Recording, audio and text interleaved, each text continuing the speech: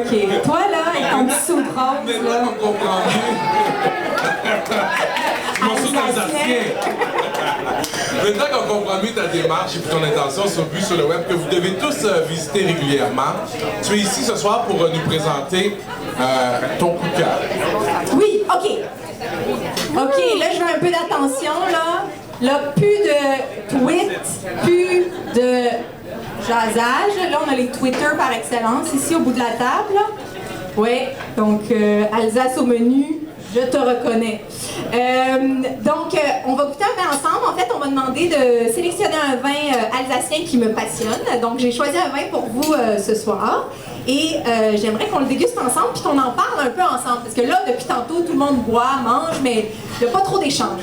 Là, le vin, il est déjà devant nos Oui, convives. en fait, ça a été servi un peu rapidement. Donc, c'est peut-être monté un peu en température. Si on a des gens qui ont fini le verre ou qui trouvent que le vin est trop chaud, on a des bouteilles froides ici. On pourrait venir vous faire un petit refill. Ah, mais le vin, juste là-bas, Oui. je vais y aller moi-même. Oui, vas-y, s'il te plaît.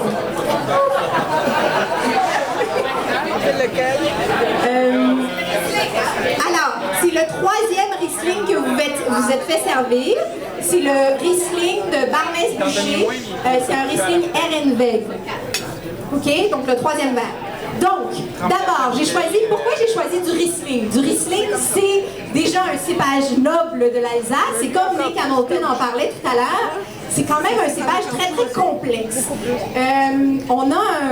J'ai lu pendant l'été dans le New York Times, il parlait d'un bar à vin new-yorkais, un espèce de fou qui a décidé que lui, dans son bar à vin, pendant tout l'été, il servait que du Riesling. Et donc, que du Riesling. Donc, si les gens venaient, ils faisaient non, moi j'aimerais savoir un verre de rouge, je faisais non, nous on sert que du Riesling. Je voulais un Riesling, on a le Riesling allemand, on a le Riesling alsacien, on a tel Riesling, mais c'est que du Riesling. Alors, j'ai trouvé ça très drôle et en fait, mais effectivement, le Riesling c'est un cépage passionnant, c'est un cépage un peu complexe aussi et souvent on a besoin peut-être d'être pris un peu par la main pour comprendre c'est quoi le Riesling. Il y a des arômes pétrolés et donc commençons la dégustation pour découvrir un peu ensemble ce Riesling que j'ai choisi. Donc, je me sers un verre. Donc, Riesling de Barmès-Boucher. Les Barmès-Boucher, c'est en fait des producteurs à Wettelsheim qui travaillent en biodynamie. Donc, 100% Riesling. Qu'est-ce que ça sent? Philippe? Qu'est-ce que ça sent, Philippe? Attends, il faut un verre. Ici, Philippe. Qu'est-ce que ça sent? Qu'est-ce que ça sent? Le quoi? Le bindi. Le chicken. Ça sent le bindi. Le bindi? Ouais. C'est quoi le bindi? OK. T'as mis ton bindi dans ton verre? Ouais. Moi, je sens justement, Nick qui en parlait tout à l'heure, des arômes pétrolés.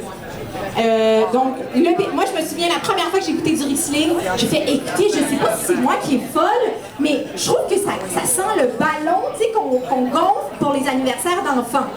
Hein? Et effectivement, le côté plastique, un peu pétrolé, c'est quelque chose qui revient dans le Riesling. Tout dépendant de la qualité du Riesling, ça va être plus fort ou moins fort, mais c'est quelque chose qui revient. Mon Dieu, je perds mon public, là, je capote!